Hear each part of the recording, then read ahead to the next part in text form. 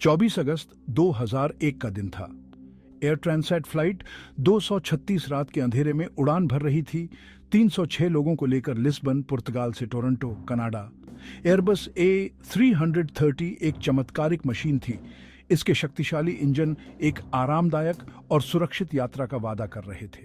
सब लोग अपनी ट्रांसअटलांटिक यात्रा पर सेट हो रहे थे। कोई किताब पे आयच रहा था, कोई सो रहा था, तो कोई बातचीत में मग्न था। उन्हें क्या पता था कि वो एक खतरनाक हवाई सफर का हिस्सा बनने वाले हैं। कैप्टन रॉबर्ट पिचे और first officer Dirk De Jager Airbus को उड़ा रहे थे। दोनों ही बहुत अनुभवी पायलट थे। उन्होंने हजारों घंटे उड़ान भरी थी, आसमान में आने वाली हर मुश्किल का सामना करने के लिए तैयार। जैसे ही हवाई जहाज 39,000 फीट की ऊंचाई पर पहुंचा, सब कुछ सामान्य लग रहा था। फ्लाइट प्लान बिल्कुल सही था, मौसम साफ था, हवाई जहाज बिल्कुल सही तरह से काम कर रहा था। या यूं कहें कि उन्हें ऐसा ही लग रहा था।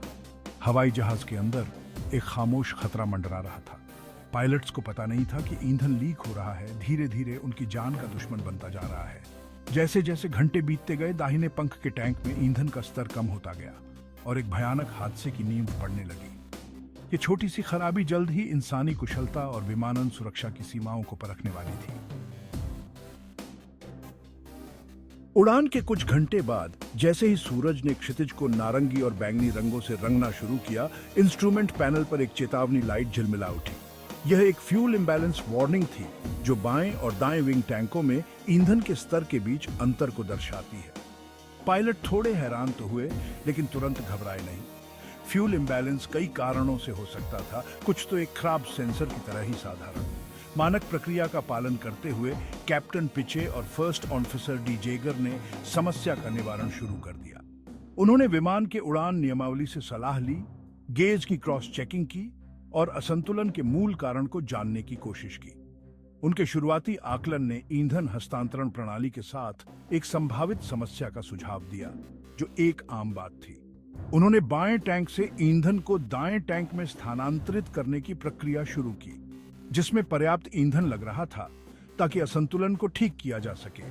हालांकि उनके प्रयास निरर्थक साबित हुए। दाहिने टैंक में ईंधन का स्तर गिरता रहा, जो एक साधारण स्थानांतरण समस्या से कहीं अधिक था। पायलटों को शक होने लगा कि कुछ ज्यादा ही गंभीर है। चेतावनी की लाइट, जो कभी एक छोटी सी झुंझलाहट थी, अब एक ऐसी तात्कालिकता के साथ चमक रही थी जिसने उनकी रीढ़ की हड्डी को कंपा दिया। उन्हें एहसास हुआ उनके पास ईंधन रिसाव हो सकता है।